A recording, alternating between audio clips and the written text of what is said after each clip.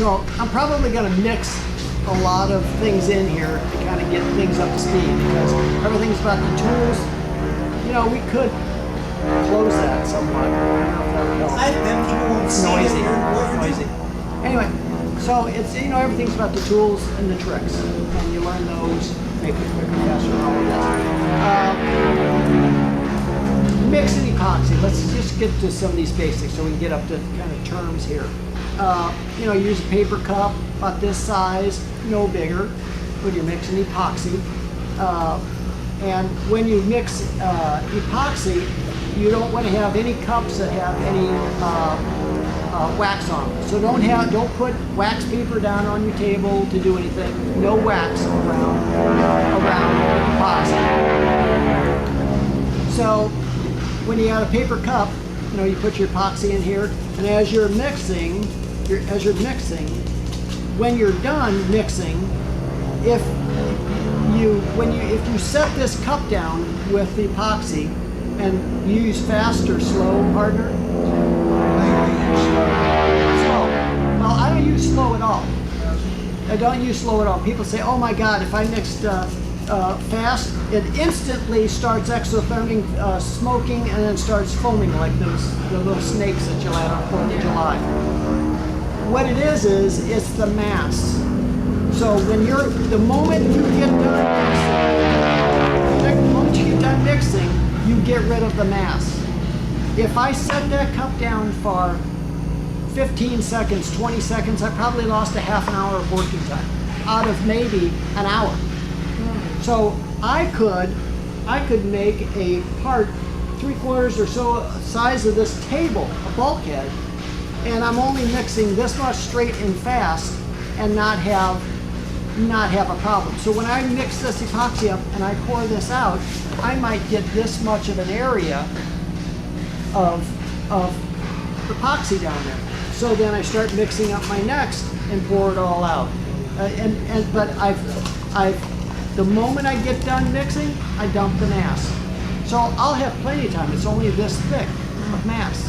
So if you start trying that, you'll notice you'll never buy slow hardener again. You'll see people doing things with stippling. You'll see people, and you have slow hardener, and you're taking a paintbrush and you're dabbing, painting on the epoxy on the glass. If you like watching paint dry or not wanting to build an airplane, that's what you do. Yeah. I want to build an airplane. So what we do, almost everything that you do in an aircraft like this is always going to be 2 layers of glass. 2 layers of glass. So if we were going to make a bulkhead, so this is an example of a piece of foam, how big it is, whatever, piece of foam, you end up microing it, and you know what micro is? It's hollow glass balls, and it's just white. It looks like white powder. Make sure you are downwind from it or upwind from it, so that you don't breathe that. It's breathing glass balls. I show you about doing this vacuum bagging, you always want to kind of do it like this instead of by my bag, because it's like little ball bearings. It won't cling. It won't work. So when you mix up like micro, and you mix up all your epoxy, and then you pour your micro in this cup, if you were going to cover this, your foam, and cover up your little holes, you do this and it's kind of a slurry, and you squeegee it on there. If for some reason you had divots where you hot wired a foam cord wing, and you had spots where you dinged it, and you got little holes in it and things like that, it would say mix up some dry micro. So you have your epoxy and you mix it up till it gets to real pasty. But if you add too much, it'll turn into like pie crust. It'll start flaking, and oh shoot, I've got to add more epoxy to get it back to where I was. Well, I call this alcohol micro. Here, let me backtrack. So what people would normally do is, if they had a divot, you would take that dry micro and you would fill that little hole. and then they would make it a little bit proud above the surface. They would let it dry, and then when it was dry, they would take their sander and sand that flat. Well, when you're sanding that, you'll break off little hunks of it, and then it travels and digs a hole. Yeah, yes. Or you dig a hole in the foam all around. Well, so then some people would go, or you would mix up the dry micro and put it on here, fill the hole, and then they would micro the rest of their thing, and so that's all wet. And then they would put their glass on there and pour the epoxy on here and do that. Well, the problem with that is all of that, water's going to seek its own level. So the epoxy's going to fall, flatten out. So when it gets into that hole, that divot that you've got, all that raw epoxy will take all that micro and just melt it.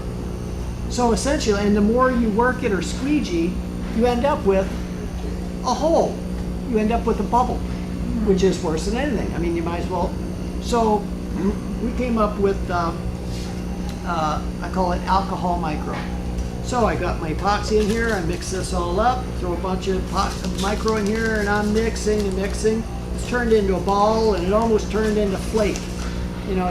It's terrible. Then what I do is I get 99-cent, rubbing alcohol, 70% alcohol, whatever, out of that. You take the cap off, the little plastic cap, you just fill that little cap. That's all you use. And this is full of micro. It'll freak you out when you do it the first time. You take that little cap, put that little dash in there, and then start mixing it, and it'll turn that ball into water. It'll freak you out the first time. You'll go, whoa! You'll mix that, it'll be like, almost like water.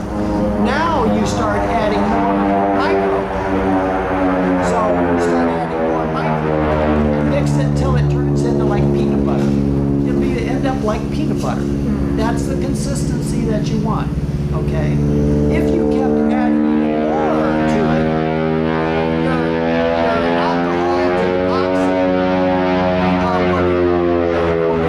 epoxy in the hold everything together, okay? So when it turns into peanut butter, then you can fill your divot, and then when it dries real quick, once it's dry, you take your sander, it's like the consistency of chalk. You swear you just made chalk. That's how soft it is. So that's alcohol micro. Okay, we did the micro. So you know how micro is. Let me go to flocks. What flocks is shredded up cotton. And so it's just real fibrous. So when you mix up flocks is structural.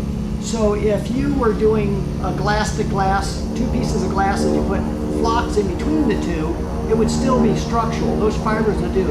If you ever put micro between glass and glass, that's bad. Micro is a filler. It's a non-structural material, okay? So when you're mixing up flocks, you've got your epoxy in here, you dump a little, I've got a little tub of flocks and a little Dixie cup, and I dump some in here and I start mixing it all up, and you mix it all up and you think, wow, that's all looks really good. It looks good. But when you go to try and spread it with a tongue depressor, because you're doing fillets or things like that, what you're going to find is it'll be a little lumpy, or you'll see little white specks. And all that is the epoxy is clumping it together, and it doesn't saturate totally into the flocks, and then you kind of have separate, it's almost like oatmeal, creamy oatmeal. Well, what you want to do is after you think, oh, it's perfect, then what you want to do is you want to take your tongue depressor, which you cut off the end, flatten the end when you're mixing all this. Don't use round ones, which you get better. You know how you're mixing an egg in a cup to make scrambled eggs with a fork, and you just whip it. Well, when you think you've got it all mixed, you just, if I whipped it that hard, that amount, then when you use it, it'll be like butter. And you won't have any of that problem, and that's because you're shredding it and breaking it all up rather than clumping it. And that's the proper way of doing flux. Okay, one last thing I'll get to on doing micro. When you're using micro to go over your foam, you know, you're filling all the little voids, you know, little holes and things like that with your micro slurry. When you're doing that, you make it kind of, it's a slurry. So when you squeegee that over there, some people would say, well, how about if some individuals thought, well, here, I'll squeegee that all on there, let it dry, I'll sand it a little bit, and then I'll put my glass on the top of that. Don't ever do that. That's called hard shelling. If you did that, what'll happen is that glass will never adhere tough enough to this foam, because the shear it'll just peel right off with no strength at all. Versus you just got done microing it, and then you put your glass on there. It'll all bond, and it gets in those little. It all gets in those little holes and things like that. Oh, one more thing on micro. Now you use micro to sand and fill your airplane, right? Well, you mean after your airplane's all done? You all got all the glass. My wings are done. Pardon? I used a product called Expand Cell. Okay, well there's all kinds of forms of fill. Yeah, which is not a glass one. It's okay, there's something else. This is kind of here. This would be more of a standard, is doing micro balloons. Okay, I'm sure there's other products out there, but this is more well known and more used. So. What you would do is you would mix your micro with your stuff and make it a little bit stiffer, and then you would squeegee it onto your surface, and then let it dry. And when it's all dry, then you would sand it. Correct? Well, you get a big surface. So when you mix up your next batch, if it's a little bit drier or wet or whatever, and you put it down, then this one's going to be harder. And this one's going to be a little softer, so when you're going and sanding and filling, correct? Then I've had people say, well, hey, what I do is I weigh my epoxy and I weigh my bag of fluffy micro balloons, and I weigh them exactly, and I get the ratio just right and everything else, so I can have a consistent such and such mixture. That's crazyville. You know, it takes you, you know, the time you start mixing epoxy, the clock starts till you're done. You know, you've got to get it all done where it doesn't go off. The trick to doing this, to know the same consistency every time of how, whether it's a slurry or it's dry or how you want it, is put your epoxy in here, you got your micro balloons in here, you're mixing, and the thing is when you're mixing, the moment you stop and watch how long it takes for the top of the micro to glaze out. It'll turn real shiny, okay? So when you're first mixing micro and you're doing this, it's all real shiny. The more and more you add, it starts getting dull. And so it looks dull, and when I stop, I can almost count the seconds before it shines out. So that's your timer. So if I did this and it goes, oh wow, this looks just about right, and I stop and I see how long it took, when I do my next batch, I just do the same thing. You'll get a real good knack. You'll have a consistent thing every single time. Okay? I don't care if you made it so dry, it was dry micro, almost a ball, and it sat there. It might take 10 minutes or 15 minutes for that to shine out, but it will shine.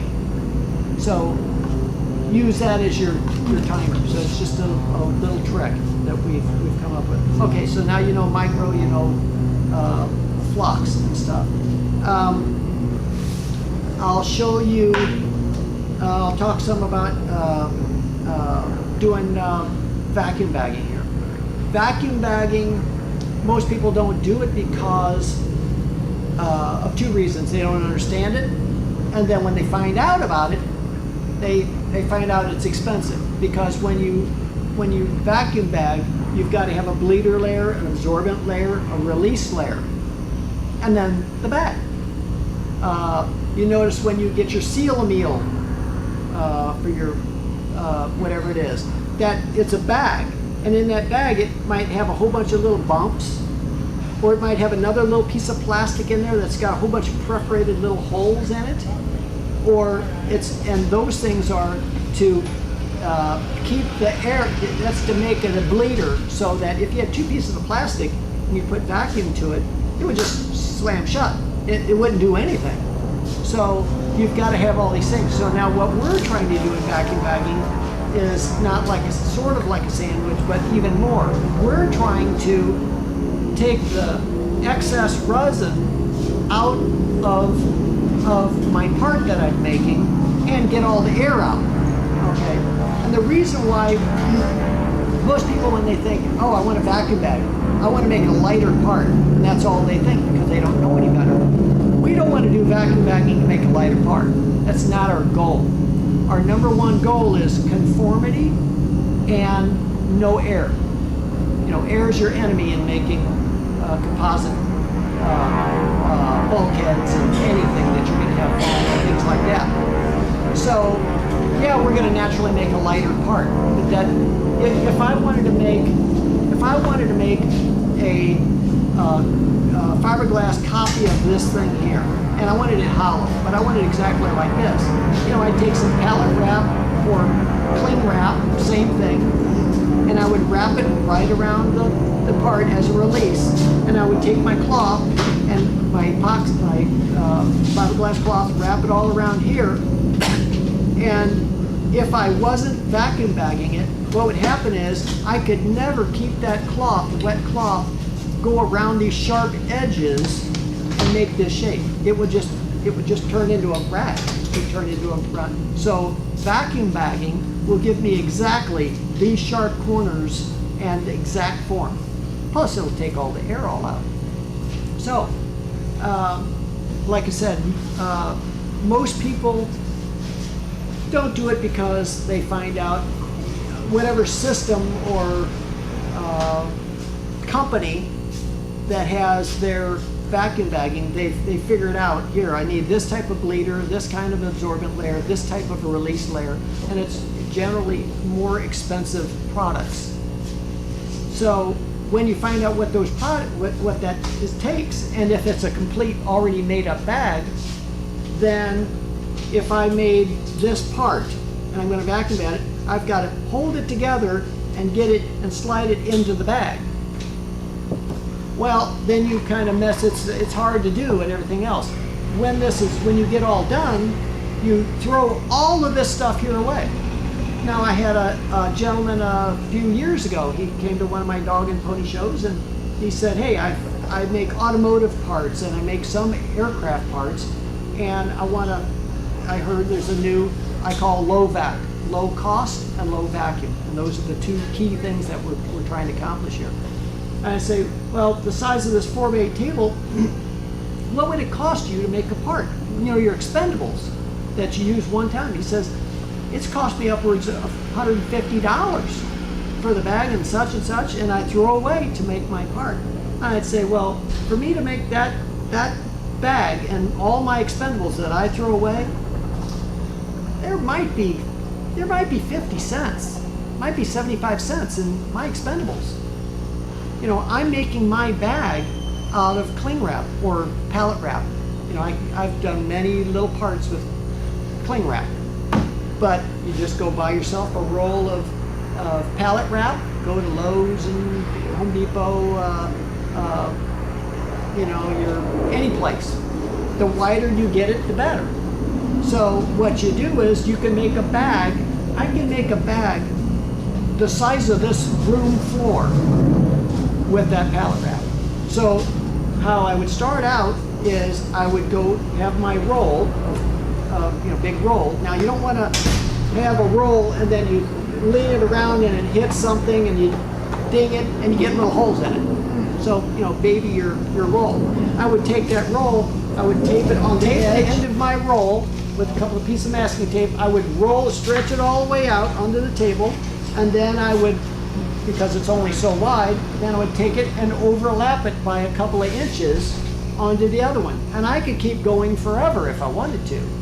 But say I'm gonna make this whole table, you know, this part of my table, my bag. So the bigger the better that you have to room with. So then, once I've overlapped that, I literally would go,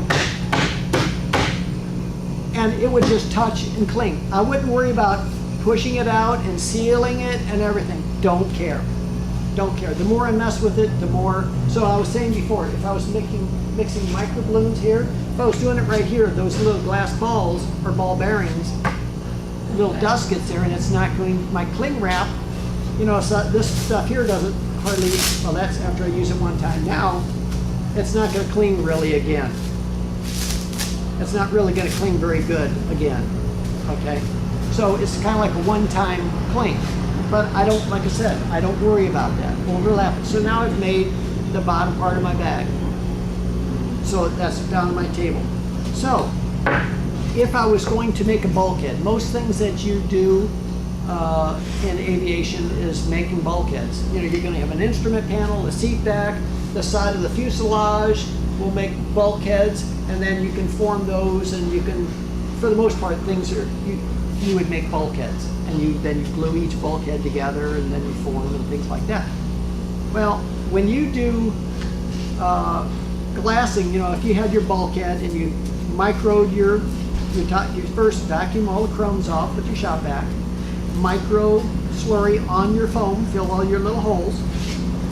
After you do that, then you would lay your glass right on top of that. So you have, most people, you're using bidirectional cloth. There's bidirectional and unidirectional. Unidirectional is all the fibers are going in one direction. So all your strength is here. If I bend it here, it would just snap. Bidirectional, the glass is, the weave is like this and like this. So it looks like a honeycomb. So there's fibers going this way, fibers going this way. This bidirectional type of glass makes it where I can conform. I can go around this corner and such. Otherwise, if it was unidirectional, it has a hard time making shape.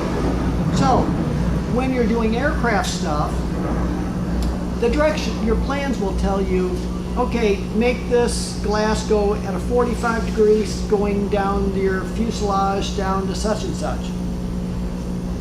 We're not building boats here. All our strength is in the fibers. Those direction of those fibers, okay? It's like a suspension bridge. You have a cable and a whole bunch of little cables in a bundle, okay? If I broke one of those little cables, that cable's worthless, totally worthless, right? So, all of those fibers are, that designer that designed that particular airplane, they might be taking a load and spanning a load, or taking a load and collecting the load here and dissipating it over into a spar or a firewall or something. So that engineer has figured that out. So it's important that you do exactly what the plans say, and the fibers go in those directions. So those fibers, you'll see fiberglass work, and you'll see a lot of stuff out there, and it'll look wavy lines and things like that. If it isn't perfectly straight, it's not as strong. That epoxy isn't where all the strength's at. Where all your strength is in the fibers. Okay, think of it as a suspension bridge with those cables stretched out there. Now, if you saw a suspension bridge and it had cables and there was one in there that was wiggly, that thing's not doing anything, right? It's just a noodle. It's doing nothing. Same way with this, to get all the strength out of it. That epoxy is just holding those fibers in that direction that you want. Okay, so when you're doing glass work, the fiber orientation is real important. Now, most things that you're going to do is 2 layers of glass. Now, some people would say, you know, I put my micro on here and now I'm ready to put my glass on here. They put 1 layer of glass on here and then they would wet it all out with the epoxy, and then yeah, they could get the fibers straight and that. So then now they're going to put the second layer on there. So you got a bulkhead so big, and I lay my cloth over here, lay it down, and now it's all squiggly, and now I'm going to try and straighten it out. Well, then I'm lifting it up to try to restart it. So if you look at the fibers here, I can pull this real easy this way. You can see how it's taut there. So there's fibers are going this way, and then there's going to be fibers going this way, but not up and down. Okay? So you can see where it would be difficult to do. Now what we do is we put our glass, we put 2 layers of dry cloth on our foam, dry, and put it perfectly straight and everything. So we don't wet out the first one or the second one. We put 2 of them on here dry, and when we mix up the epoxy, we dump the epoxy. Now remember I told you about mixing epoxy. The moment you stop mixing, you dump the mass. The mass is what will exotherm your epoxy. It'll start smoking, and I've seen it, you know, foam and all kinds of things. People have said, most people have used straight slow hardener. Oh, and they can set their cup down and whatever, and they can, you know, you take a paintbrush and wet it out, and take that paintbrush and throw it away. Just use a squeegee, because we want to build a plane. We don't want to watch paint dry. So when you're mixing all your epoxy, the moment you're done, you dump the mass out. So when we pour our mass out, it's only about an 1/8 inch thick on top. I've reduced my mass down to nothing. If I set my cup right here for 20 seconds or so, I probably lost a half an hour of workable time out of an hour. So that's where you're going to get in trouble. Make a rule. So when you start your project, you'll have your peel ply cut, your cloth cut, everything. You've made a plan. So that, oh, and here's the other thing. When you do this, talk about gloves here. You put, just get the nitro gloves, like the blue gloves or whatever, nitro. I did medical stuff for 15 years in gloves from 7 in the morning till midnight, 7 days a week. People say, oh, I'm latex, allergic to latex and stuff. You're really not allergic to latex. You're allergic to the chemicals and such. And most people are allergic to the powder in the gloves. So people that started out with cheap glove, you know, they have no powder, so they're harder to get into. Then they go to the powdered gloves, and after a while, then they start getting rashes and allergic to it. Then the next step is go to double washed gloves. They actually wash the chemicals that the gloves are made of that you're actually allergic to, and you can only do so much of that. Then you go from there to like these little cotton jerseys that you put on, and then you put your glove on, and it separates your hand from the glove. Then the last thing that you go to when you become allergic to that somewhat or having still problems, then you go to nitro. If you just start out with nitro gloves, you'll never have an issue, ever. You just won't have an issue whatsoever. So you just do the nitro gloves, and they come in various mil thicknesses, you might say. What I do is I double glove. I put 2 pairs of gloves on. And the reason why I do that is because when I'm doing all this stuff, I'm in epoxy. You know, it's all over. I take a dry paper towel and wipe my gloves off. If all of a sudden, oh, I forgot to cut my peel ply. Oh, I gotta get this foam. It's really easy to pull one glove off with another glove. My hands aren't sweaty, it just slides right off. When I slide it off, I can set them down on the table with the fingers not touching. I can let them dry the next day and pick those up and try to reuse them, gently put them on. They might feel a little bit fine crunchy, because you just dried them off with the dry paper. And then in a few seconds, it'll be just like the others, and you can stretch those gloves for a long time.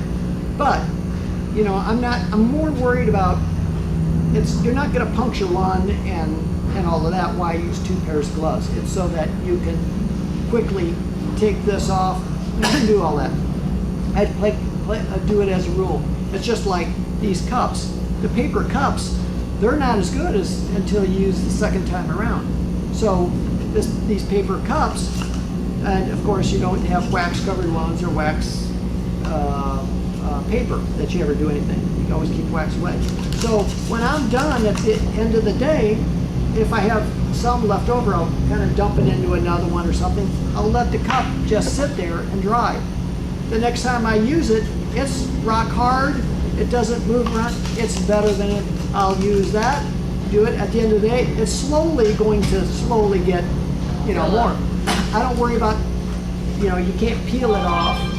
You can't peel it off. You can't, it's, a cup will last you.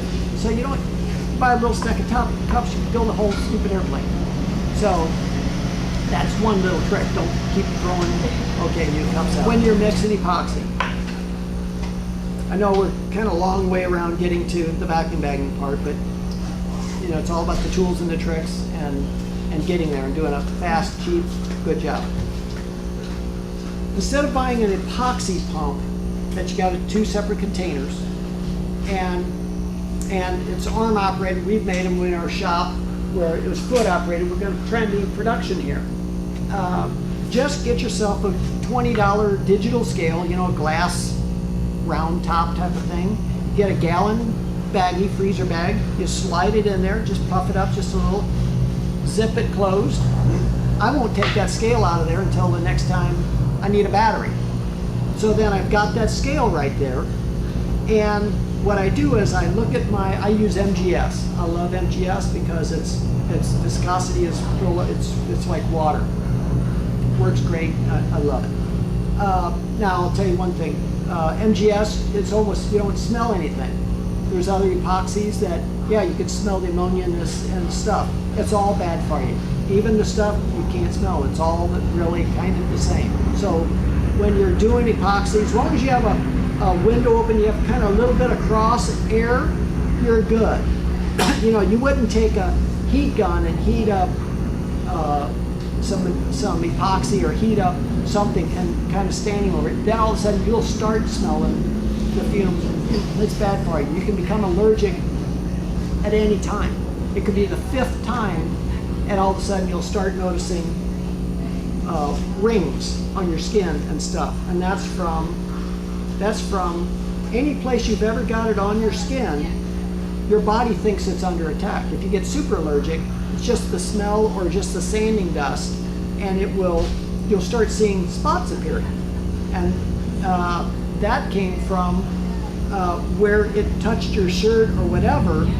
And when you smell this, your body thinks it's under attack, and it's antibodies going to those places, which we've had one person had their shirt and all of that, and it matched. Exactly. Which we had a medical study done on this to find out what was really going on. So the other thing is if you've got, so you don't use acetone or anything to clean epoxy off of you. You get apple cider vinegar. Get apple cider vinegar, and you can take that straight and you can clean yourself off with it. If you had a paintbrush and you had epoxy, you can use apple cider vinegar to clean the brush. So, yes. So that's what you use. Let's see, we covered gloves, we covered the stuff. Okay, now we're back to that scale. Now I got the mixture of my epoxy, what it is from resin to hardener. So what I'll do is I'll print up a little piece of paper, and I'll stick it on my wall or on the table, and it'll have 1 through 50 on one side, 1, 2, 3, 4, all the way to maybe 50 here. And then right next to that number will be another number that is whenever I take my gallon jug and I take like a little dollar styrofoam cooler, and I take my gallon jug, I've got my gallon jug of resin in here, and I've got my quart can of hardener in here, and I'll have like a golden rod, which is like, the rod you put in behind your water, your sink, is to keep the pipes from freezing or whatever, and it heats up that box to 100 degrees or 105 or whatever. And I just kind of leave that caddy corner in there, take a piece of aluminum foil, just stick it over here. When I end my quart thing of hardener, I I take that off and I get little Dixie cups and I'll fill that Dixie cup, put the hardener back in here, and that's what I'm going to use because I can control this. So what I'll do is, I've got my scale, I take my cup, put it on top of the scale, I push my button, and it zeroes it out. It's 0 right now. So then I take my gallon resin, I pour it into the cup, how much I think I need, and the digital scale here will say 22. I look on my chart, 22, and then right next to it might be 39. So now I go over with my hardener and I grab it and I can pinch it or whatever and I can control it, and then I just pour my hardener right into that very same cup until my digital scale gets to 39. So I can pour exactly what I want. If I had that pump, it costs a bunch of money. You fill your containers. When you're pumping it, and when you first started the day, you're going to have air bubbles. Oh, I'm not going to trust that. So what are you going to do? You're going to pour that all out. So then you're wasting, and epoxy is very expensive today. It keeps going up. And you'll notice at the end of the day or then early the next morning where that spigot comes out with the hardener, it'll crystallize and that right around the spigot. So the air gets to it, especially when you have a container full and such. The air gets to it, crystallizes, and when you try to pump it, then it can squirt. If hardener gets into your eye, it'll blind you. I mean, it'll make you blind. So you have those issues. You can put a plug in there and try to keep the air out, so it's going to not crystallize and things like that. The problem with those machines too is they've got a bearing in there, a ball bearing and aluminum housing, all that. It's almost like a dielectric, and a corrosion type goes on in those. We've had them where we've had to rebuild them, and they get porous, and it depends upon the ones that you get. It isn't worth the headache and the hassle. With the digital scale, it's $20 versus $150 or whatever. And you can control the exact amount. I can go, I just need so once you get used to whatever and you have somebody else that's helping you, and they'll say, hey, I need a 5, I need a 25. And okay, if I'm pouring, if it gets a little over, under, don't care, because I look next to that number and I can get it right on the money. So I can get a precise mixture. I'm never guessing if my pumps got off, my ratios and everything else. But the bottom line is you're pouring it in. You're not I'm pouring it in. Yeah, exactly. I'm pouring it in. It's cheaper. It's faster. It's better. Do that. Okay. Let's get back to. Okay.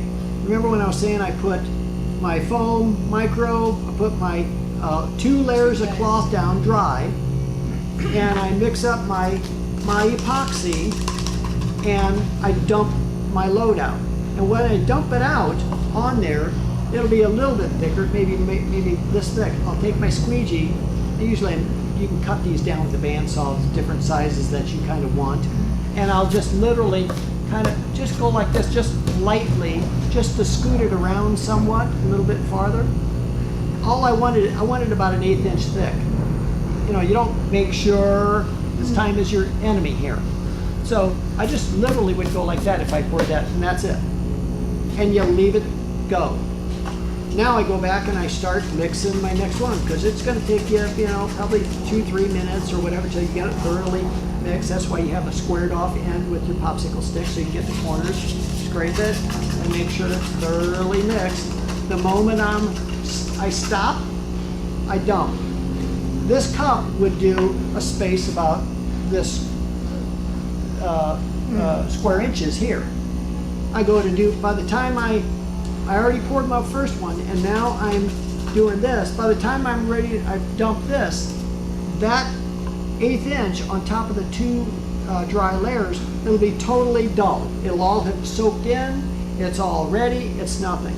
You'll get people that'll come back and they'll go. You'll see them have cloth out there, and you'll see them squeegeeing epoxy to get it to soak in, like. You'll see them working it. All you're doing is doing harm. you're moving your fibers. Your more you work it, you're just melting that micro, you know, that micro you put on your foam, which just kind of melts it, and then you're just filling the hole with straight epoxy, and because it's melting the micro, and it just dissipates it in the rest of everything. So you know, so after I've made one patch and I let it sit, because it's got to absorb in there. You're not going to force it in there. It's not going to do anything. So just have patience. So essentially, it would probably take 3 minutes or so for that to thoroughly soak through. Now, if you came along and somebody said you're going to make a crush plate, or you're going to make a lot more layers of glass, don't think, oh, I need 4 layers on this one, so you know what, I'm going to put 4 dry layers on there, and I'm going to pour more epoxy on there, and I'll just wait, maybe it's 8 minutes, or maybe twice as long as whatever for it to absorb in there. It won't work. What you're going to have is, if you have any more than 2 layers, if you had 3 layers that you did this with, what would happen is you'll get air bubbles so big, this high, and they'll just appear in between the layers.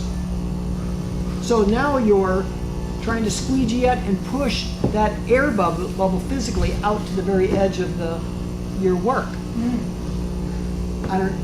It just is what it is. 2 layers, you're absolutely great. 99% everything is 2 layers anyway. But any more than you're going to ruin that. Okay, you're going to find you're going to be working too hard. So when you say I was doing a crush plate, so then I'm doing some stuff. So there's more and more epoxy. Towards the last few layers, I can put my dry cloth right on top of there, and I can take my gloves and go like this, a consistent pressure, and I can either weigh something a little bit on it, or just give it time, and it will absorb all your extra excess into that last layer or 2.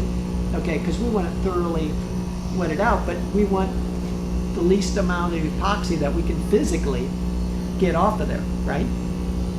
Now when we do this vacuum bagging, the part will come out the exact same every single time. It doesn't matter if it's dripping wet or you had purposely got all the excess out, okay? Because the pump is low vacuum, so the vacuum pump is going to get all the air out first, and then it's going to get that pump just wants that epoxy. His own goal is to get that epoxy. Now you're going to use your absorbent layer. It's going to absorb that, and there'll be enough absorbent layer there that it'll capture all what it needs, and with this low vacuum, it will stop. If I had it so dripping wet like my pancakes, it would saturate that completely, and it would start creeping down the hose to get to the pump. It won't clog until it hits the pump. But don't worry about it. I've had it happen once or twice where it traveled an inch or 2. At the end of the day, you cut that little piece of tube off and throw it away. But my part came out exactly the same thickness, same dry cloth to epoxy resin mix. Now, let me explain now this one. Peel ply. Peel ply is Dacron. Okay, it's the same thing polyfiber uses to skin airplanes, to do those. Polyfiber, it's Dacron, but it's thicker. So you're going to pay for the ounce thickness of Dacron. Now, we call it peel ply. If you went to Spruce, Wicks, anybody, and say, hey, I want some peel ply, they know what you're talking about. It's Dacron. You could go to your fabric store, you can go online, and you could buy Dacron. Thinner Dacron is cheaper, and it works better. I have tried where I tried some scrap pieces of what they have left over from polyfiber scraps, and here we'll try and do a part and vacuum bag it. It did, but it's so thick that with this pressure and everything else, it didn't come out quite as perfect and nice as I liked. So we stumbled across that because of the thickness. Otherwise, you get peel ply, and it does great.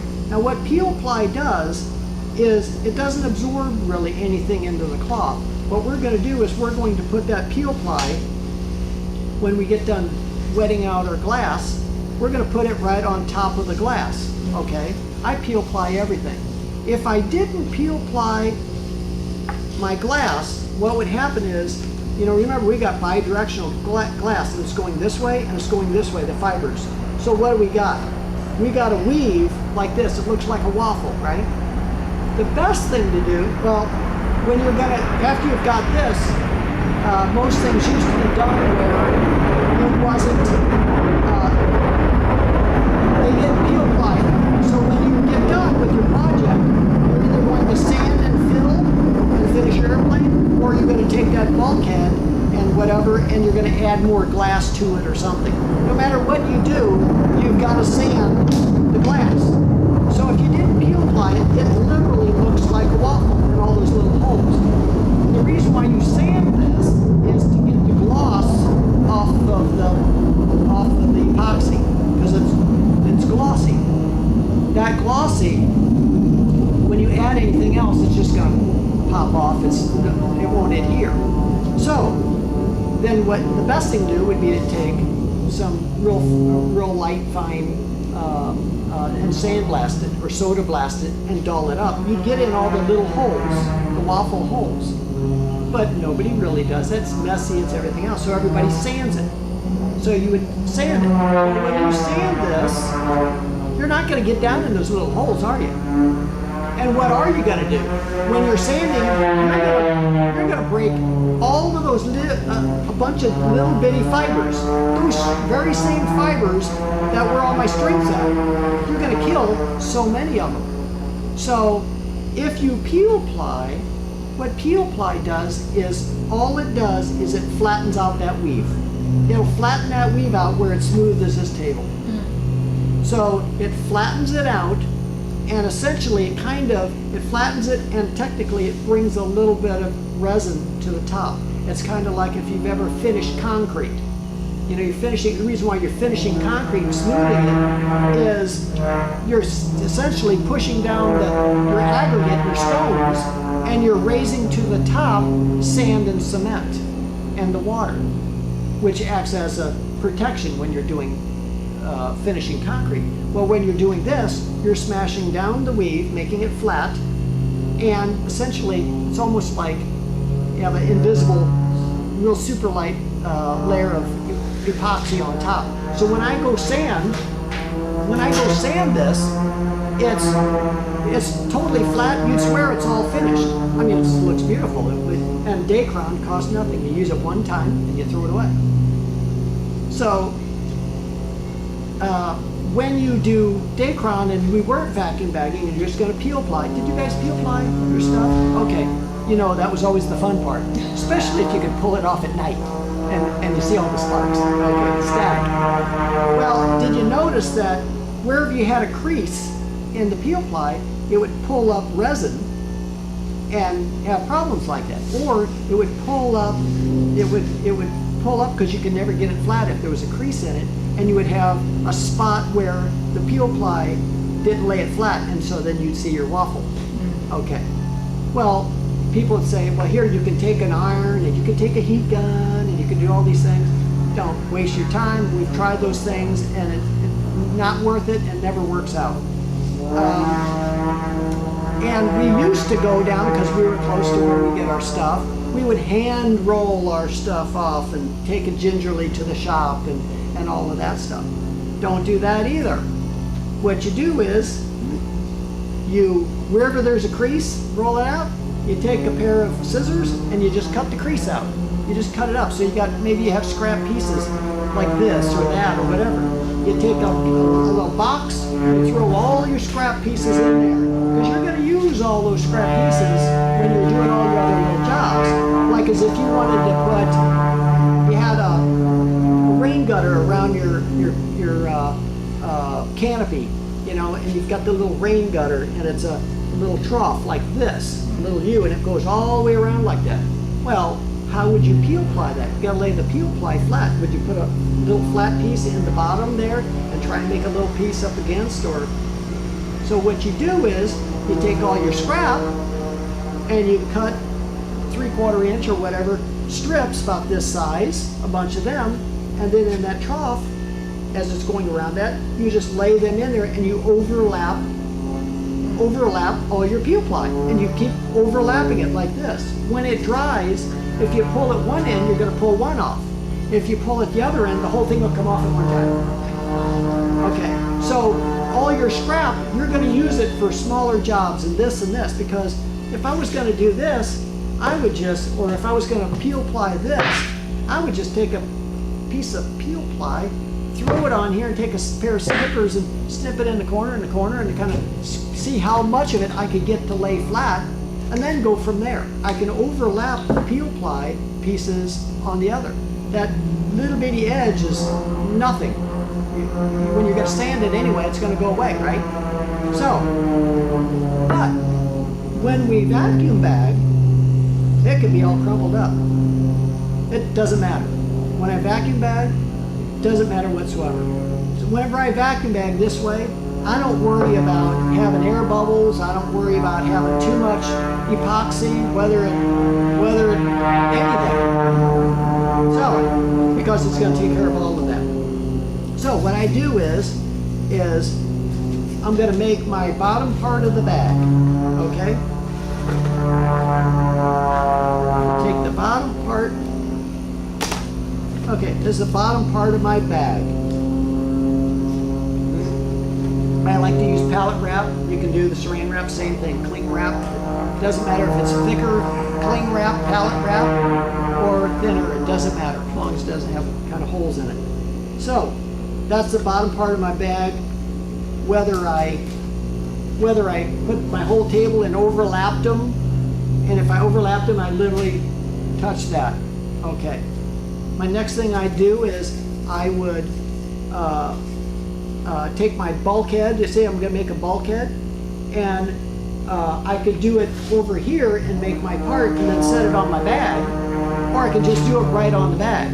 So if I did this, I would put this right here.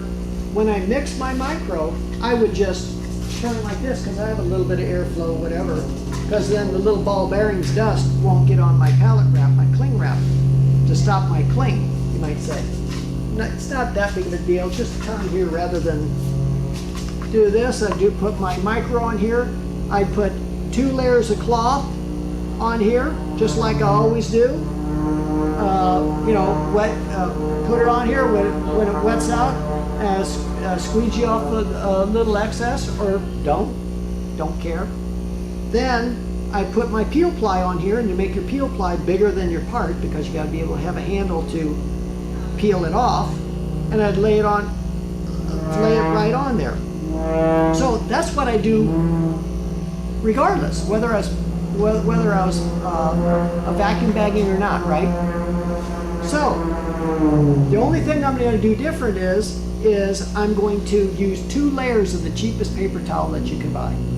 That 2 layers of cheapest paper towel, and when I say cheaper, it's even better because they don't have as much sizing in it and things like that to make it stronger or whatever. 50 cents a roll. 2 layers of cheapest paper towel and lay it right over the part, over the top of the part. So what's going to happen is my release layer will be that peel ply, which I always used anyway. My absorbent layer is the paper towel, where all the excess will go. If I put the end of my vacuum hose, it's got a little clip on here. If I put the end of my hose right on top of here, on top of my part, what would happen is resin would collect around the edges of it. It'd put a dent in my part and everything else. And if I had my hose right here and I put this bag over the top, what would happen? It would suck my bag right in here and stop all the flow, right? So what I do is at the end of the hose, I take, just some paper towel, a couple of layers of paper towel, and wrap it around the end and put a piece of masking tape around it and make a wick. Okay, so now when I put the top part of the bag on here, it won't collapse this is my bleeder. So my paper towel is doing double duty. it's acting as my absorbent layer and my bleeder. So I've made a path for the air and all of that to go. As long as this wick is touching that paper towel, it's got a path for the air and fluid to move, okay? So, if I might need a little bit of help right here. So, what I would do is I would hook this up to the suction side, and what I have for a pump is, I could have sold thousands of these, you know, we sell parts and stuff. I don't, because people are gonna think, hey, Randy's doing this to sell pumps. I don't, you know, I wanna pass on knowledge. This is basically a diaphragm pump. I used to say it's a glorified aquarium pump, but I had a person come back and say, I was looking for an aquarium pump. As long as you have suction, there's a suck and there's a blow, all you need is the nipple bar to suck the air. Go on where I found some cheap ones was at a hydroponics shop for bubblers, you know, because you got to have a little bubbler and stuff. And they were $18 or $15. So my cost of doing a regular vacuum bag like this is really what, $18 or $20? If you were doing traditional vacuum bagging, you would have more pressure. Depends upon what you're vacuum bagging. You would have a much more expensive pump, and you would have to control the amount of vacuum. If you had more vacuum, you can crush your foam part or whatever, but you could over deplete the resin to glass ratio.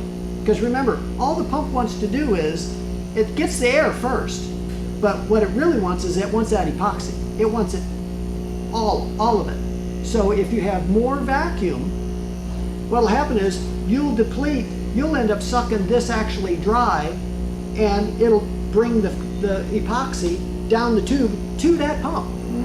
So having more vacuum is not a good thing. So hence I coined the phrase LoVac, low cost and low vacuum. Okay, two important things that we're trying to do here. So if I made a bag, the bottom part of my bag, and say this big table, and I was doing a big part, and then I would put the top part of my bag and go at the end here and overlap, go here, and then I would overlap it by a couple of inches and stuff. You can't really tamp it down, right? You know, one spot here. I just overlap it, don't care. Cling wrap, once it starts, it's there. You know how you can't get it out of the stupid box. Yeah. So, if I hook this vacuum pump, it's nothing. It's like sucking water through the straw. If I hook this up, you would never see the air move at all. So what you use is, you know, when you have your shop vac, because you're going to shop vac the crumbs off your foam before you start your project. I got my gloves on, I'm holding the shop vac hose, you know, the shop vac hose, and I'll, just like this, hold it like this, I'll stick the other end of my hose is on my part. I stick this in my vacuum pump, or my hose, squeeze it like this, and that whole thing will go down in 2 seconds. The same pressure as this pump will hold, but you would burn out your shop vac. And then I release it. This releases my thing here, but it's not disturbed. And then I go over and then put it on my vacuum, and it'll suck right back down. Okay. So I'll show you exactly what we're doing here. So remember, we got our part. It's the foam. Microed it. I put my 2 layers of cloth on there, wetted it all out, put my peel ply like I always do. The only thing I'm adding different is I put 2 layers of dry paper towel. I've got my wick right here, and as long as that wick is touching that, if you could hold this just for a second before I go, maybe come around the side. If you could put your finger right there, Yep. okay, and right there. And what I'll do is I'll make the top part of my bag. So I've got my pallet wrap or cling wrap, and you see how it wants to stick there a little bit. And what I'll do is, when I Darn, see how it always wants to. So then I just go like this and touch it. Okay, let go.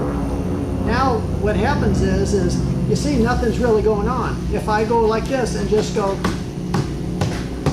and then I roll this, just roll the hose. See how it all vacuumed right down. Just roll the hose. There it is. That's good. There it is. There's the whole thing.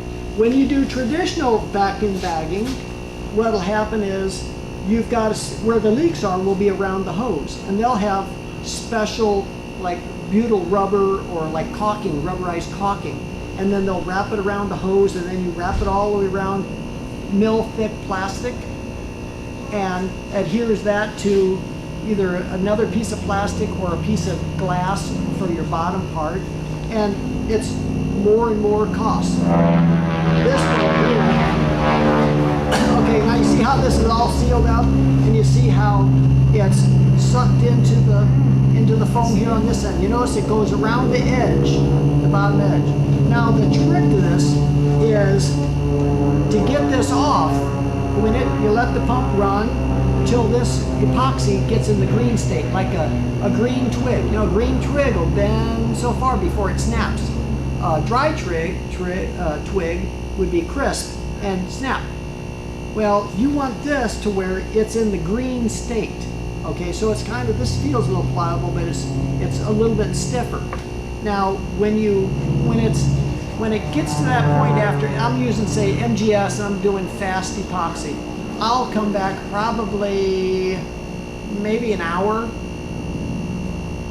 hour and a half, and come back, and I'll just grab this, I'll pull the hose right off, just pull it off, pull my thing apart, and now I'll take the peel ply here with the paper towel attached.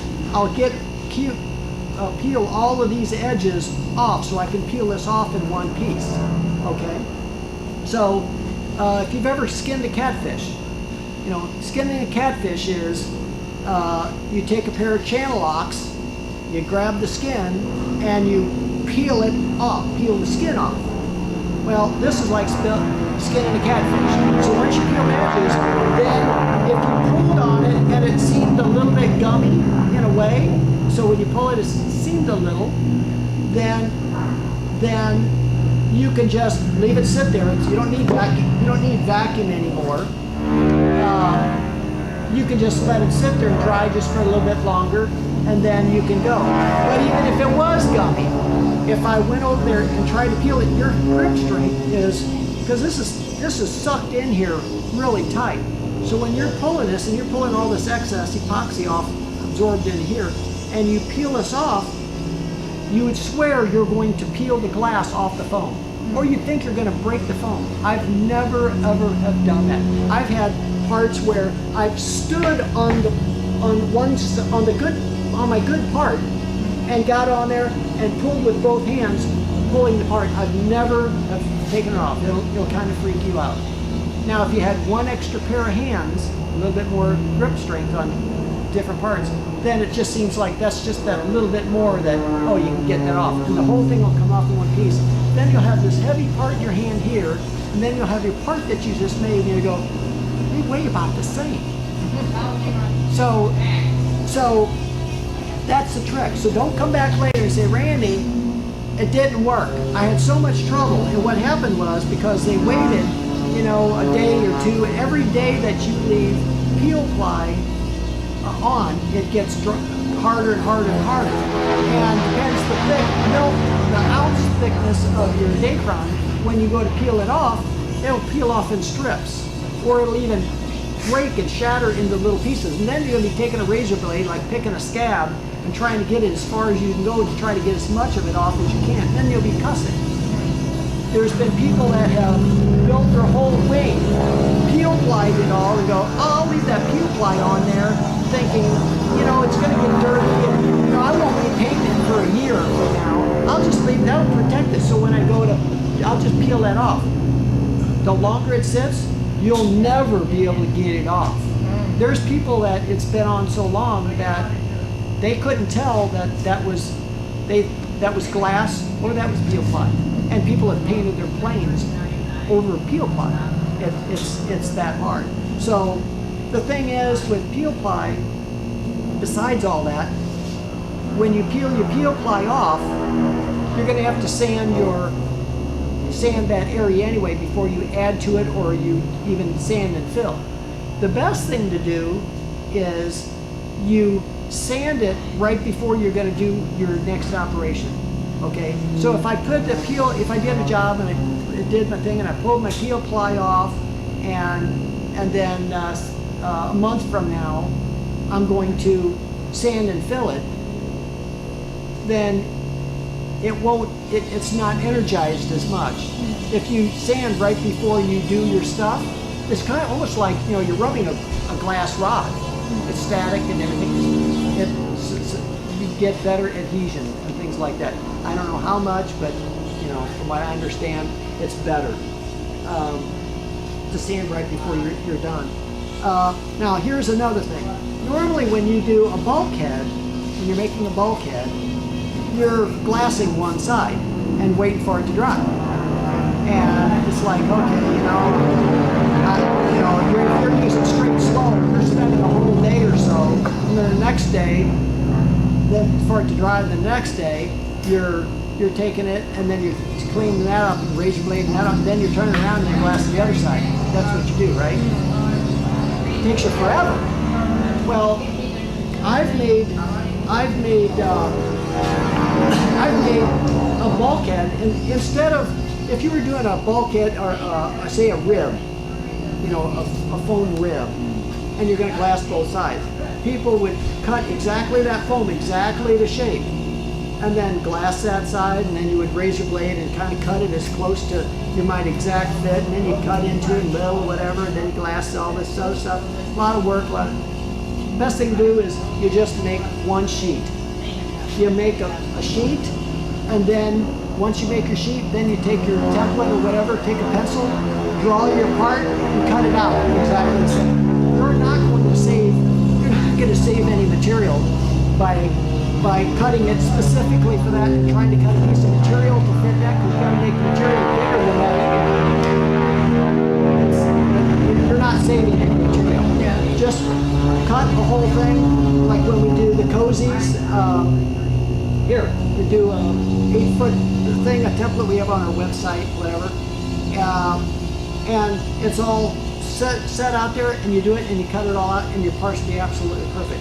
Another thing, advantage to doing bulkheads with LoVac is if I did a 4x8 sheet and glassed it, in the plans it would tell you put some masonite or something, boards on here to keep it from curling and keep it flat.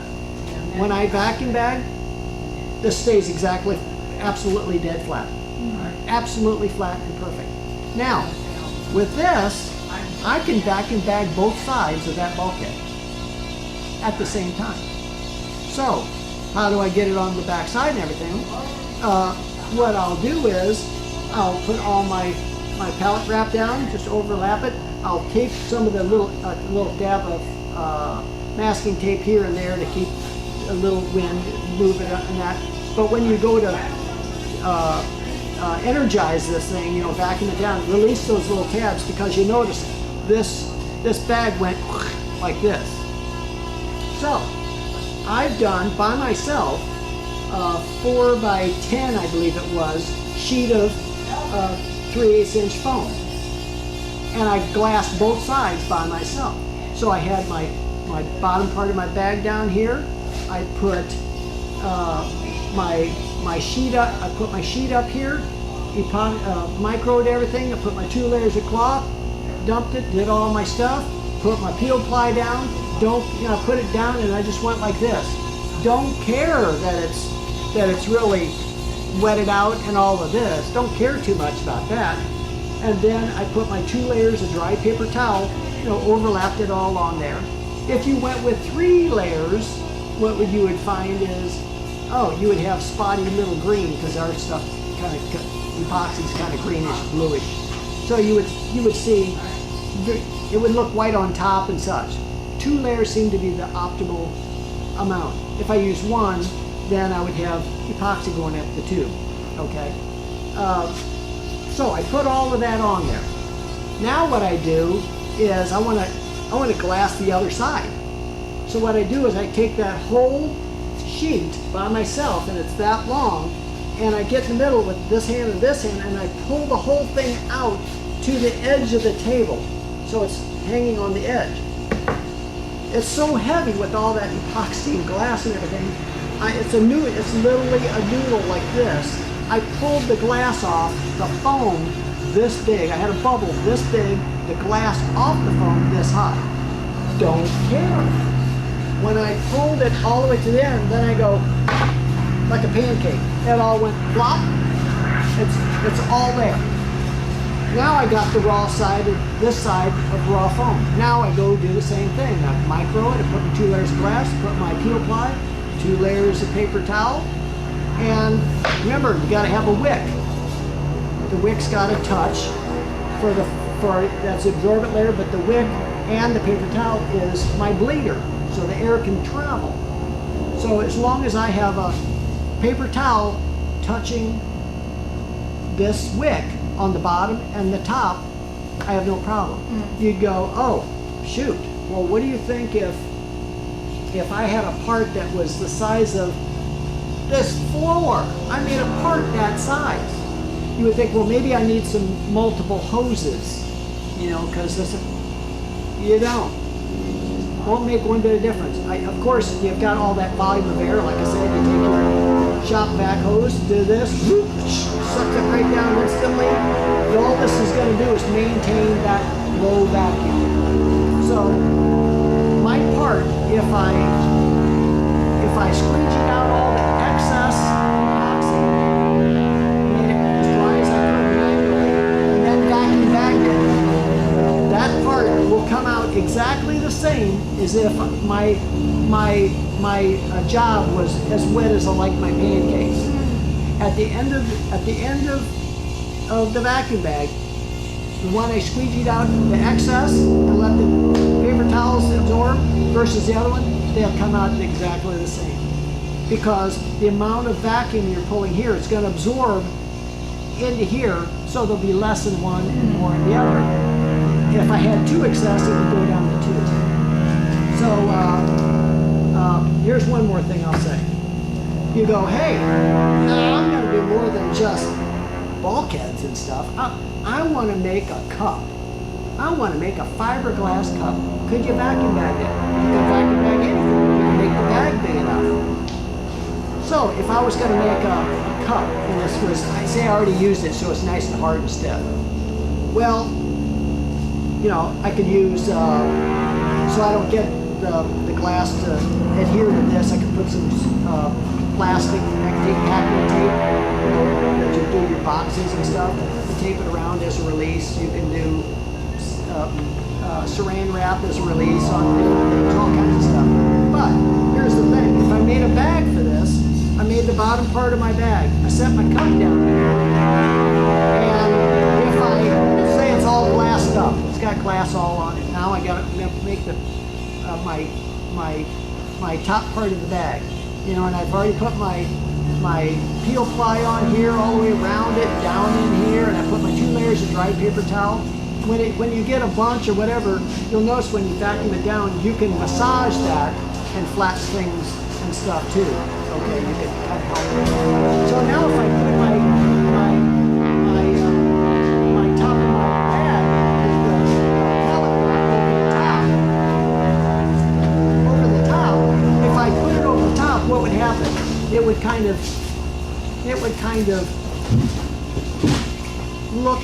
look like this, and when I started vacuuming it, it might go down to about this much, because it's only low vacuum.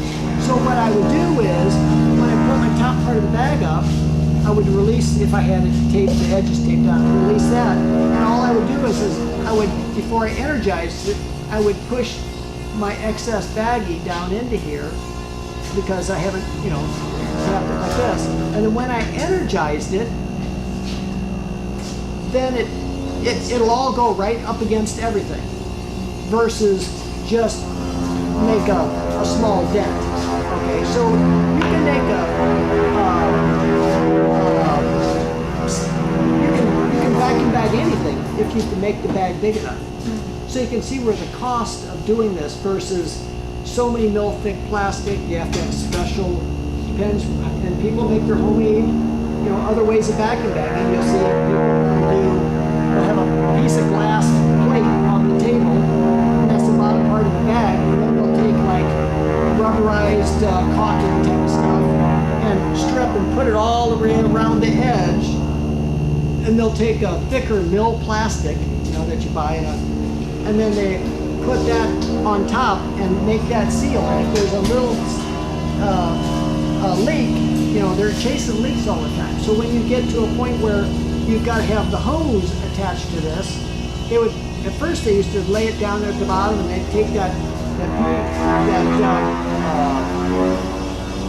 mastic rubberized, I don't know what they call it, I can't think of it, and wrap it around the hose, and that was their main part of leaking. And now people are doing, they're 3D printing like a little hose that they can put on top of the plastic, and it's got a little nipple that they can attach the hose to. And then they throw that away when that's done, and things like that. So, and then they're using higher vacuum because they're using thicker plastics, and then they're using specialized visqueen material to use as a release, and or they're using certain special expensive plastics that has a lot of little perforated holes that make it bleed air. You'll see a lot of various forms of what they're doing. So when it comes down to it, you can do this, and your total cost of your whole outfit versus buying a more CFM pump, you know, that one guy, he's got variable such and such. He does infusion with it also, but his was $800. Or you can buy a small, say, oh, I'll get my refrigerator pump or such and such. Well, too much vacuum. You'd have to dial it. Just get yourself hydroponics diaphragm pump. Go online, go eBay, Google, whatever, and look for a vacuum pump. Now I've had people go, oh, I found, all I could get was I got one that's adjustable, so it's higher vacuum. They just turned it all the way down low. So, what else can I tell you? Let me tell you about some of the tools that'll save you money. You know, it's all about the tools and the tricks. Find those out before you start. Go faster, cheaper, pay for itself. Permagrit. Permagrit was invented by a Brit that they did model RC planes and things like that. And what it is it's tungsten carbide that's welded on steel like 2,500 degrees. And what it does is anything you do with fiberglass, it's so abrasive. If you had high-speed steel things on your Dremel or anything else, it just burns things up real fast. It's kind of like if you have, you know, your Harbor Freight or whatever, your bandsaw that you cut your wood product, your wood things on, it cuts, you know, bulkheads really good and real easy and everything else. But the first time you let that blade touch the glass, you won't be cutting any aluminum with that same blade or wood. It'll be really hard. It'll be great forever for the glass, but it just eats it up. But if you do the Permagrit, that will never ever wear out. It'll pay for itself. These are like probably $15, $18. Instead of making a piece of wood, putting sandpaper around it, you get these with, there's fine and there's a coarse on one side. You get it where you get to find the coarsest one that they have, and that's the side you're going to use all the time. When you get ready to clean these, don't use acetone or anything else, because the piece of steel that this is welded onto, they adhere this to an aluminum block, and you could slowly eat that off.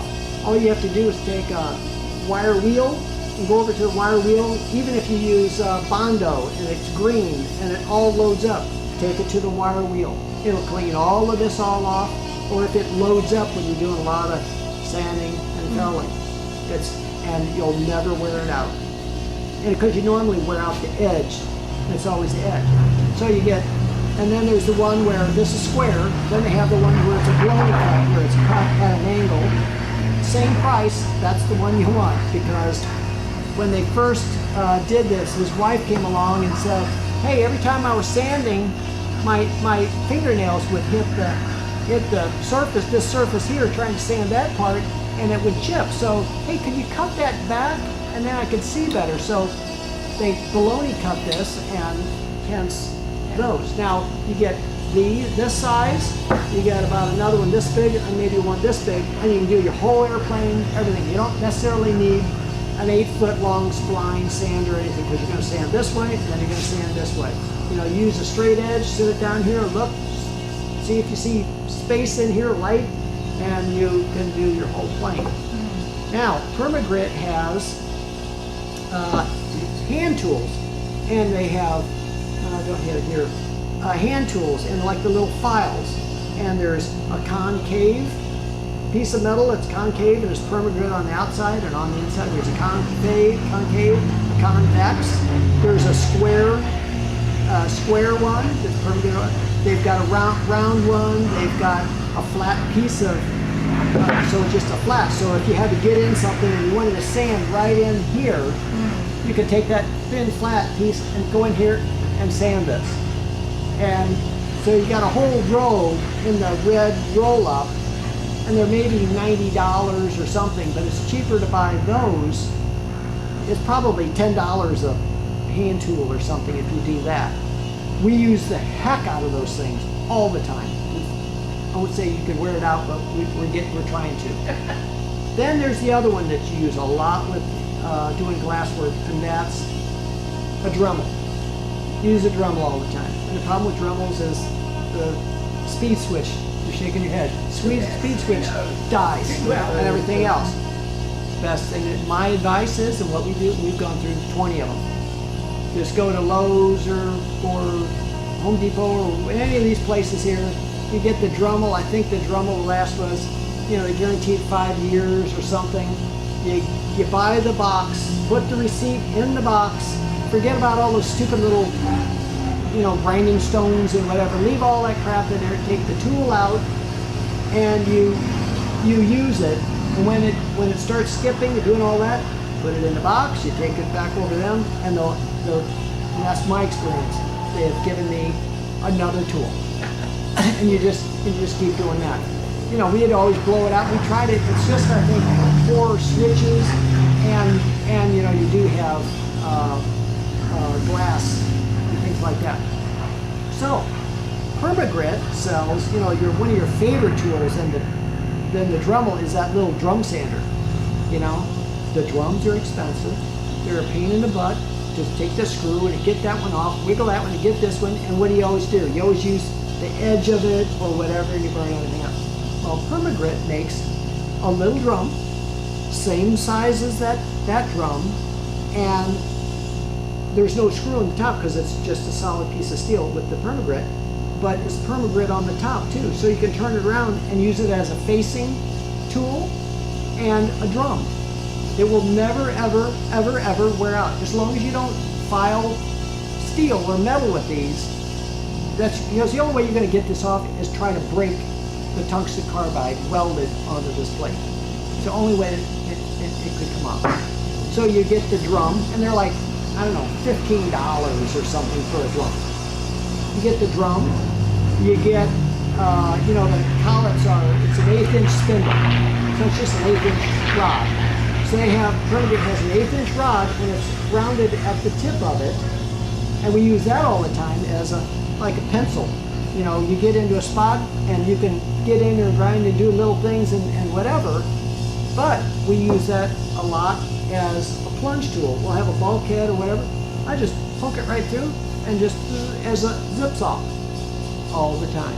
Really? Yes. Then you get, the third tool is you get one that's about a 3/8 inch round, and it's rounded at the, domed around the top like that. And that's the one where, you know, when you do bulkheads, you know, you glass on this side and you glass on this side, making a sandwich.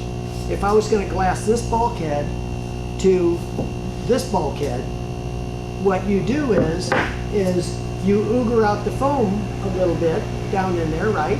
And then you would fill it with flocks, make it a little bit proud, and then stick it there. When it dries, then you would put your 2-ply bid tapes on here, right? Well, when you ooger out that foam between the glass down just a little bit, you still have to get that micro off the glass.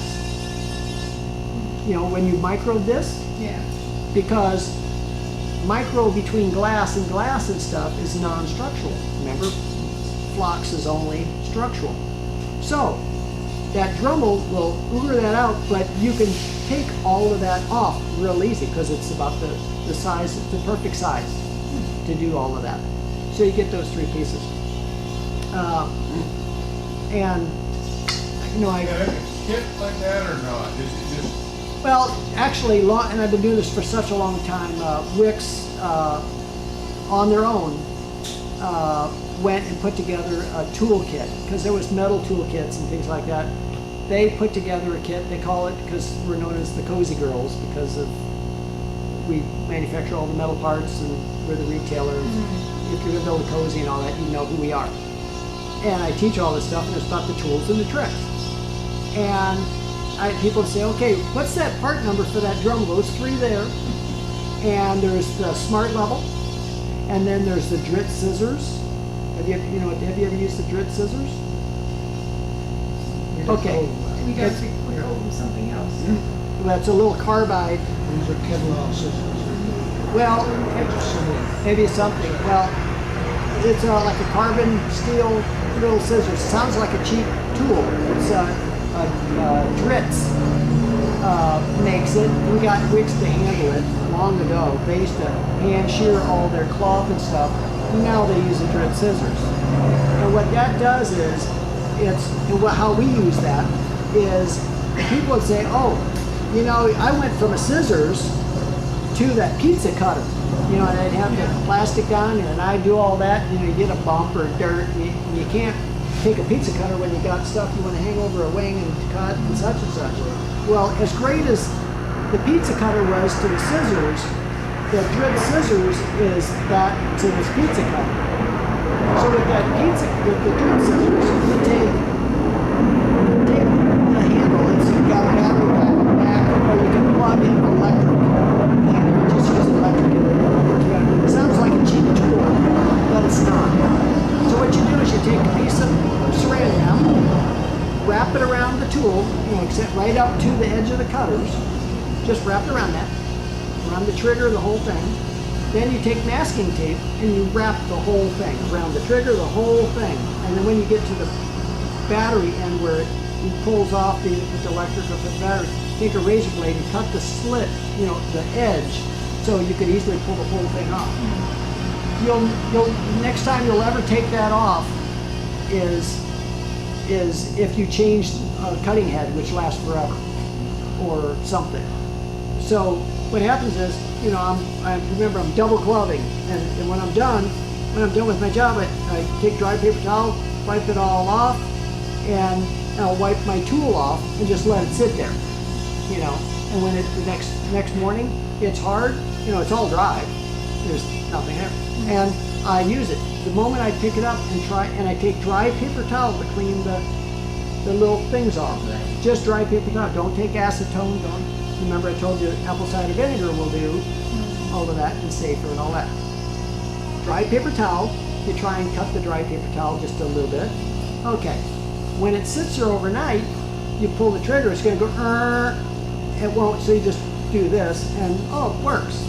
If I tried to cut peel ply, it would go into the fabric and it would just go flip, and I'd have to pull it off, you know. So I can tell whether it's dull. So and that's generally what will happen. So what I do is I take a razor blade and my little fingers, I try to get a time where it's just open as much, and I just scrape the cutting edge, the top you know, the little angle. And I don't see anything that I'm flaking off or nothing. But if I just do this that much, and I go try and do the peel ply, zip, just like brand new. So you don't have to worry about cleaning this stuff here all up and it'll last forever. Same way with your scale, your epoxy scale.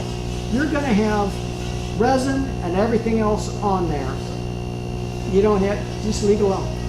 You know, you're just kind of no cleanup. There's also the fine tool. You know what the fine tool is? That's a German made, that's the people who invented the electric drill.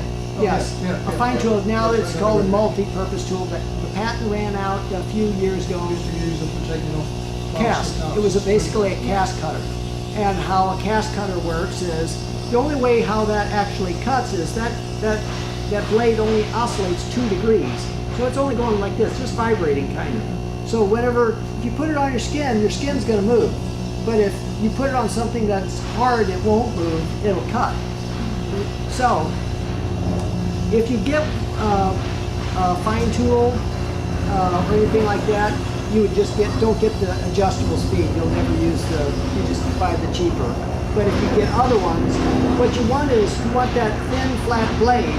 You know, it's a 1/16 of an inch blade. It has tiny little teeth. But if you can get this where the blade is concave on the inside, so where the bolt is attaching it, so this blade can lay totally flat. If you have it where it's totally flat, when it comes time for, I'm going to, on my wing, I'm going to, for instance, make a little jig so I can put a level on here and set my incidence of my wing. And I'm gonna take some Bondo and I'm gonna Bondo that thing to my wing. Well, when you're done, you break that off, you gotta get the Bondo off the wing. I can take that and go right on top of the surface, and it's like cutting the finest shaved hand you've ever seen, where you can see through it. It can cut that fine of stuff. It's a phenomenal tool. So we'll cut bulkheads, we'll do, you can't wear out the blade. Blades are expensive, but you know, you'll break the blade before dropping it and all that, and that was in the kit. But in the kit, Wix put a thing, it's called the Cozy Girl Toolkit. And then it used to be a picture of all the tools and a description and stuff. And then it said at the bottom of the whole thing, description, then it finally said, oh, these are the actual tools the Cozy Girls use, or something. It was the funniest thing, especially in I would just call it men's magazine, you know, so you can imagine. But the reason why, I tell people I don't get a nickel for it, I get nothing. The only thing I get out of this is it makes it a little easier. I can say, look, just talk to Wix, say, hey, the Cozy Girl Toolkit, there's some things I got, some things I don't, but you know, what's in there? This is what I want. So I don't have to go in and I'm constantly at the end of the show getting part numbers, which I don't remember and I don't care. It makes my life easier. So is it still in their yeah, they keep doing different books and magazines, and it's, you know, buried between tools and different things. But all you got to do is call them up and ask them. Now there's one last trick I'll tell you for right now. I told you about alcohol micro. Last one is, you know, we talked about making bulkhead. I'm gonna make a big bulkhead like this. And I pour my epoxy right on the glass itself. Now what happens if I wanted to make this part right here? I wanted to make a copy of that, okay? I'm not gonna vacuum bag or anything, let's just say. But I wanted to make a part like that.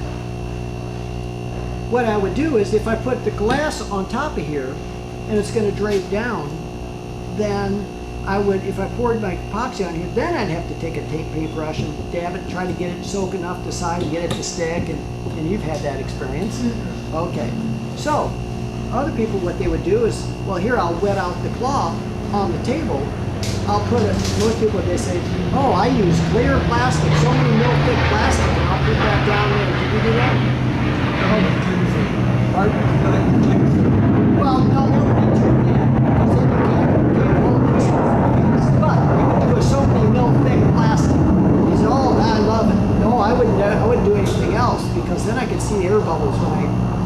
and stuff. Don't use that at all. What you use is the cheapest tinfoil. Tinfoil's by far the best thing that you can use. It'll cost you, when it comes down to it, about the same per square inch. You know, when you go by the difference. You can put the dull side up, or shiny doesn't matter, but put the dull side up on the table. I can take a Sharpie, I can outline what I want my pattern to be if I wanted a pattern, and I could cut my cloth to fit exactly that, and then put it on there, put 2 layers, pour my epoxy on here, and let it soak in there. And then when I've got that, then I'm going to want to squeegee out a little bit, as much as I can, off to the edge, and then I'll tear or take my drip scissors and cut the foil all off, so I have just that part, and then I would put it right on here. Now, if I was to make a box, say I wanted, you know how a box is when it's not been folded together. It's undone, you've got a square here, and such and such. Say I wanted to do that, I wanted to line the inside of a box and do something. Well, I could, if I did it on plastic, my sheet, and I put a Sharpie and I marked it and I cut it and cut the excess. If I tried to overfold this, it wouldn't fold and it would slide off. You notice the glass just slides off of the plastic real easy. Well, if I did it on foil, I can fold it right onto itself, and it creases and it stays. That glass will not slide off of that foil whatsoever. Give you an example. You know, when you put the 2-ply bid tapes, you're going to bid tape 2 bulkheads together and stuff. You know, like I've got when I first did a long time ago, I had my fuselage upside down, and I'm going to do these bulkheads, 2-ply bid tape, and it was, you know, 6-8 feet long. So I did that plastic thing here and cut it and everything else, and it was, you know, it was hot day, everything else. One long strip I kind of picked up, and it was a noodle. I tried to get it, because like when you're doing drywall taping and stuff, as long as you can get it to stick, then you can try to get it to go farther. I couldn't even get it fast enough to stick. The glass actually slid off my plastic and turned into a big ball, and I'm cussing. You know. So, if you do it on tin foil, now it's like if you ever drywall taped a house or whatever. You know, you have the paper corners, and there's a little crease there, and then you just crease it first, and then you can hold a long piece of it. It might bend over a little bit, but as long as you can tab it right on the wall, then it's all good, right?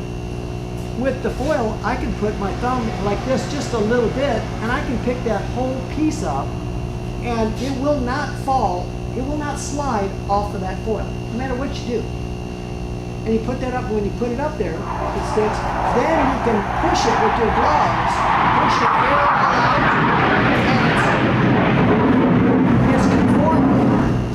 and it's conforming. It'll stay right all in there, and it's conforming. You can feel your fluid pushing through and all that. And when you're done, then it easily pull the corner, and you just peel the stuff right off real quick, like nothing. Example how I would use that, and where I would use that is, here, let me turn this off.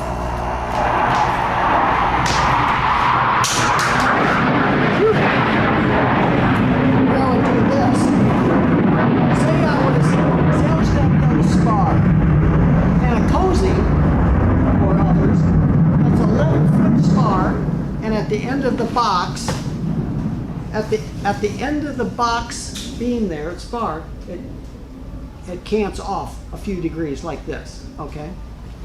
In the plans, here, let's say this is the box beam here. I gotta put glass on here, and it's gotta be 3 inches down the side and down this side. And then it says I gotta have uni or whatever it was at a 45 degree. It had to overlap a 1/2 inch, and it had to go in this direction, and it had to go this way. So when you take your squeegee and you squeegee the glass itself in the direction of the fibers, okay, otherwise it squiggles all over. And then when it goes over here, it's got to go, so I had to go like this and go sideways. If I went down, all my glass would go like this. So we did this before, and it was like, oh, it's a mess. That's when I used the paintbrush. You know, take that stipple stuff and throw it away. You don't ever have to stipple. Use your squeegee and do stuff. So we would pour epoxy on here, and we'd have a couple layers of glass.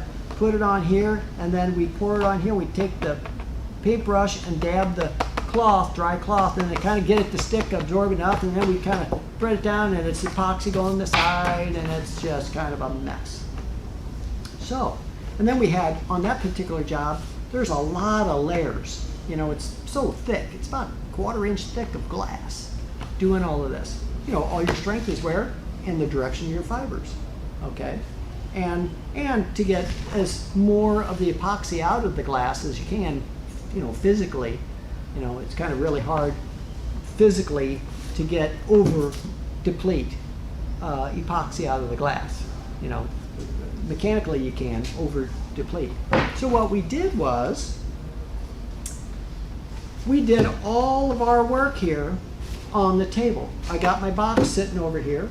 I took tin foil and ran a continuous thing of tin foil, just taped the back side if it was too short, 11 feet long. 11 feet long. In the middle of the foil, I put a vertical line, halfway point.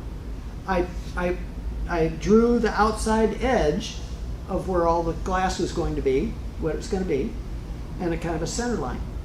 Now I laid 2 layers of cloth all on the table. You know, figured the width of it going here and down there. Poured it all, did all that, wet that all out, then added more glass, and then I did that, added more glass till I got all of that done. Then I squeegeed the excess off, you know, excess off of here, cut the foil excess off, and now I've got that run like that. Now I go and take my, you know, my cardboard tube that I have my cloth, fiberglass cloth on, and I go at one end of the table, and I get, here's the stuff, and I take cardboard tube and I go under this, and I back roll it onto itself all the way up to the halfway mark. I go to the other side, back roll it all the way to the center thing. So now I'm holding a scroll. You know, scroll here, and it's right here. I see the halfway mark, and I see the center line. I go over to my box beam. Go over to my box beam. I take it, pop it down here, and I just roll it straight out, all the way out. That foil will keep that glass perfectly straight. It won't go start doing this. It'll go perfectly straight. When I got to that little dog leg where it bent, that glass will not go anywhere. It will not come off that foil. It will go straight. Then all I do is, because the foil's on top, of course, then I peel a little bit of the foil off of here, and then it turns.